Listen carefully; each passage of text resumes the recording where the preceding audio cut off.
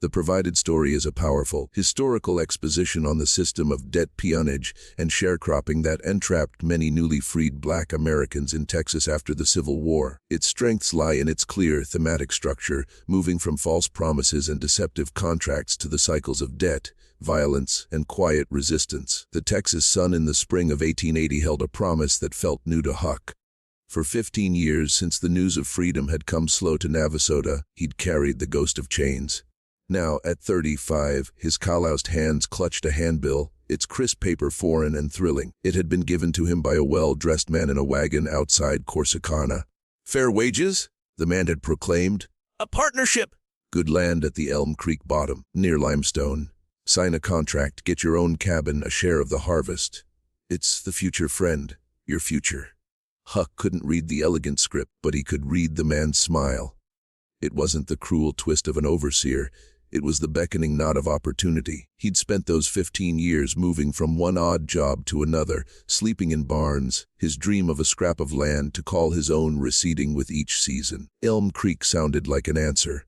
He convinced his sister Ada and her 2 young children to come. "It's steady," he told her, his voice low with hopeful certainty. "We'll be together. The children will have a roof." Their journey was a pilgrimage of hope. They walked for 2 days, their possessions bundled in blankets, a cast-iron pot, a worn Bible, a spare dress for Ada, and the handbill. They passed other freed families on the road, drawn by similar promises, their faces etched with the same cautious optimism. The land flattened into vast expanses, and the air grew thick with the familiar, dusty scent of raw earth, cotton land. When they arrived at the Elm Creek plantation, the hope in Huck's chest curdled, just a little. The fields stretched to the horizon, endless green rows studded with the first white bolls. The cabins lining the far tree line were not new. They were the same rough, hewn plank shacks from his childhood, with dirt floors and sagging roofs. Horsemen patrolled the lanes, their postures erect, whips coiled at their saddles. The landowner, Mr. Calder, met them on the porch of the big house. He was a fable pouring lemonade. "You've come to the right place," he said, spreading a long paper on a table. "This here contract seals our partnership. You work the land, I provide house, seed, tools, food from the commissary. Come harvest, we settle up. You get a share of the profits after costs. It's the modern way." Huck listened intently as Calder's clerk read the terms. The language swam around him, percentages, provisions, clauses, but the tone was reassuring. "Fair and square," the clerk concluded. Huck glanced at Ada, who gave a slight nod. One by one, they pressed their inked X onto the paper, a mark that felt like a signature on a dream. They were led to their cabin. The dirt floor was hard, packed, the fireplace smoky. It was a ghost of his past, but Huck squared his shoulders. "It's different," he told himself. "The paper says it's different. The war made it different." That night, as Ada sang her children to sleep, Huck stared at the cracks in the wall where the starlight peered through. Holding fiercely to the promise of the paper, the rhythm of the land was a brutal lullaby Huck knew by heart. Dawn to dusk, his body bent to the cotton, the sharp burrs splitting his fingertips. Ada worked a row over, her children trailing behind, dragging sacks. Overseer Jeb Laramie rode the lanes, his gaze missing nothing. The first month held a strange momentum. The commissary, a fortified shed by the big house, provided cornmeal, fatback, molasses. The tools, hose, sacks, were checked out. Each item was noted by the clerk in a large, leather-bound ledger. "All accounted for, Huck," the clerk would say, "settled at harvest. No worry." But worry began as a seed. The food was meager and poor. The children grew thin. When Ada's boy Ely took fever, the plantation doctor, a vet who mostly tended mules, came and left a bitter tonic. The charge was logged. Huck saw the number, but the clerk assured him it was standard. "Medical care's a benefit of the contract," he said, his smile not reaching his eyes. Harvest came in a blaze of autumn heat. The cotton flowed like white gold, and Huck's family picked with a desperate strength. Their sacks filled, were weighed, and added to the plantation's towering bounty. When the last bale was ginned and sold, Calder called them to the porch. The ledger lay open. Calder's finger traced the columns. "Let's see, your family's share of the cotton sale comes to the 78.50. Now costs." His finger moved down. "Rent for cabin, tools rental in 15, commissary advances of 42, medical at 8, that's a 85 in costs." Huck, the numbers hung in the air. The hopeful 78.50 was devoured, leaving a phantom sum. "You owe 60.50, Calder said, not unkindly. But don't you fret, you're honest folks. We'll carry it over to next year's account. You'll clear it easy with a good season. Huck felt the world tilt. The sun, the sweat, the bleeding fingers. It had a value, and that value was -$6.50. The paper contract wasn't a partnership. It was a maze with no exit. He'd traded the certainty of slavery's chains for the silent, strangling grip of debt. He looked at Ada, saw the light dying in her eyes. They hadn't earned freedom's wage, they had inherited freedom's debt. The ledger's truth became the law of their lives.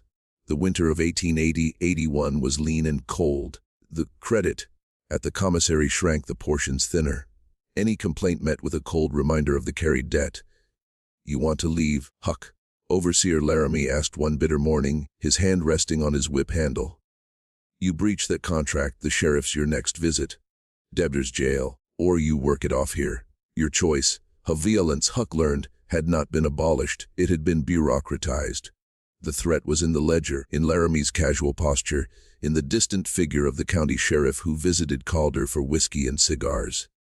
Physical force remained its blunt instrument. When young Ely, weakened by hunger, dragged his sack too slowly, Laramie didn't hesitate. The whip cracked not on the boy's back, but on the sack, exploding cotton into the air. "Faster, pup, or it'll be your hide next!" The message was for everyone. Huck's muscles locked, a fury boiling in him so pure it threatened to spill over. But he saw Ada's terrified eyes, pleading for restraint. Resistance meant ruin or worse. The true silent law was fear. It lived in their cabin in the way they started at a sudden noise, in the hushed conversations. It was in the predatory gaze Laramie cast upon Ada when he thought no one was looking. Freedom, Huck realized, was a geographical and legal condition. Safety, dignity, and justice were not included. The plantation was an open-air prison, with guards on horseback and walls made of numbers on a page. Despair was a luxury they couldn't afford. In the crowded, smoky darkness of their cabin, a different kind of fire was tended. It began with old Thomas, a man who'd been freed at 60 and knew the land's deepest secrets. One night as the wind howled, he whispered, "My granddaddy, in Africa, he could read the clouds like a book. Told stories of a river that led to home. We got a different river to read now." He produced a tattered primer, hidden beneath a loose floorboard. "This here's our river map," he said, his gnarled finger tracing letters. "They control the words. We learn the words, we start to see the trap." So, in the deepest hours, by the faint glow of a banked fire, Huck, Ada, and a few other trusted souls began to learn. Sounded out letters formed words loan, entrstbdn. The language of their bondage slowly lost its mystical power. Huck's mind, weary from physical labor, awoke with a sharp, painful clarity. Resistance took other forms. Ada organized the women. They discreetly saved seeds from their meager vegetable patches, planting them in hidden clearings by the creek. A tiny sovereign garden not on Calder's books.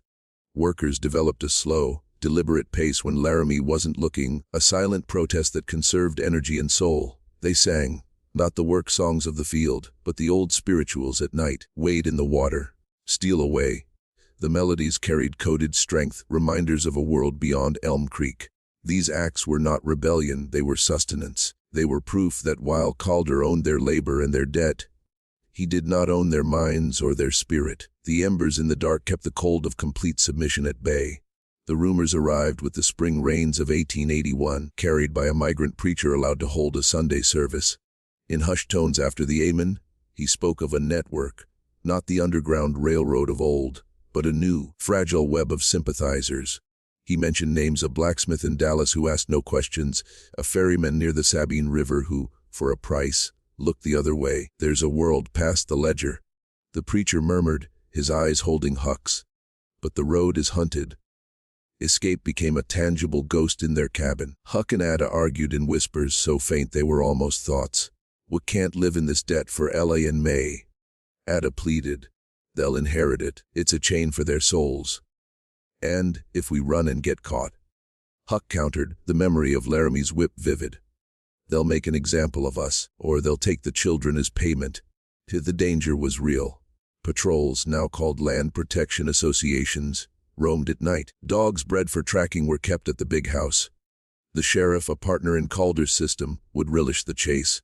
Yet the dream persisted. Huck began to map the route in his mind northwest toward Dallas, following creeks, moving only by night.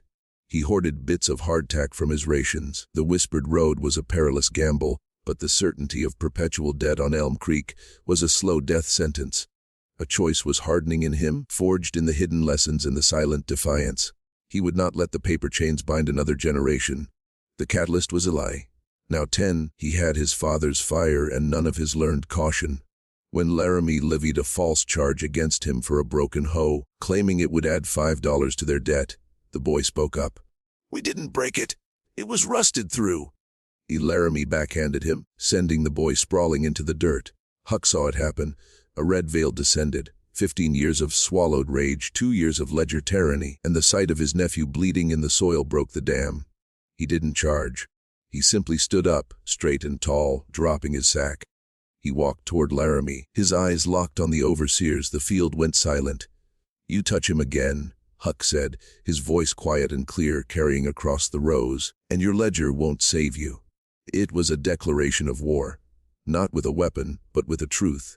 The invisible contract of fear was shattered. That night, Calder and Laramie came to the cabin with the sheriff. Breach of contract and threatening an overseer. The sheriff announced, "You're coming to jail, Huck. Your debt will be worked off by your family, plus extra for the trouble." This was the final turn of the screw. Huck looked at Ada, at the children's terrified faces, at the few neighbors gathered in the shadows. He saw old Thomas give a slow, almost imperceptible nod. Huck had learned to read words. Now he read his moment. "No," he said. He reached into his shirt and pulled out not a weapon, but a folded, carefully copied sheet, his nightly lessons put to use. It was a crude but legible transcription of their contract's most exploitative clauses, alongside the state's laws on fair labor, laws never enforced here, but laws nonetheless. "I know what it says, Calder, and I know what the law outside this county says. You want to arrest me? Do it. But the next man who comes asking from Austin or further, I'll be showing him this. And your ledger." A bluff, but a powerful one. Calder's face flushed. His system relied on ignorance and local complicity. A literate, defiant man was a virus in his machine. The sheriff hesitated, his authority suddenly questioned by a piece of paper he couldn't dismiss. A standoff stretched in the firelight. Finally Calder spat. "Get off my land, all of you. The debt stands. You're worthless troublemakers." It wasn't freedom. It was eviction into a hostile world with nothing. But it was a crack in the prison wall. A week later, under a moonless sky, Huck, Ada, Ali, and May slipped away. They carried their pitiful bundles and the copied contract. They did not take the road to Dallas. They went east toward the Sabine, toward the rumor of the ferrymen. The night was alive with sounds. Every all hoot a patrol, every rustle a dog. They moved with the quiet terror of hope. They did not know if the whispered road was real. But they knew with every step that they were leaving the paper chains behind in the dust. The legacy of bondage in freedom's era would stretch long, a shadow across the land and generations. But in that moment, for this one family, the fragile, dangerous act of choosing their own path under the stars was the first true taste of the promise made 15 years late.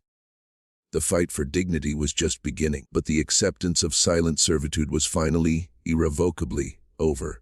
If this story of Huck's struggle for true freedom in the face of systemic oppression moved you, please share this video to keep these vital histories alive. For more real untold stories of resilience and the long fight for liberty, subscribe to Tales of Slavery. Your support helps us illuminate the shadows of history.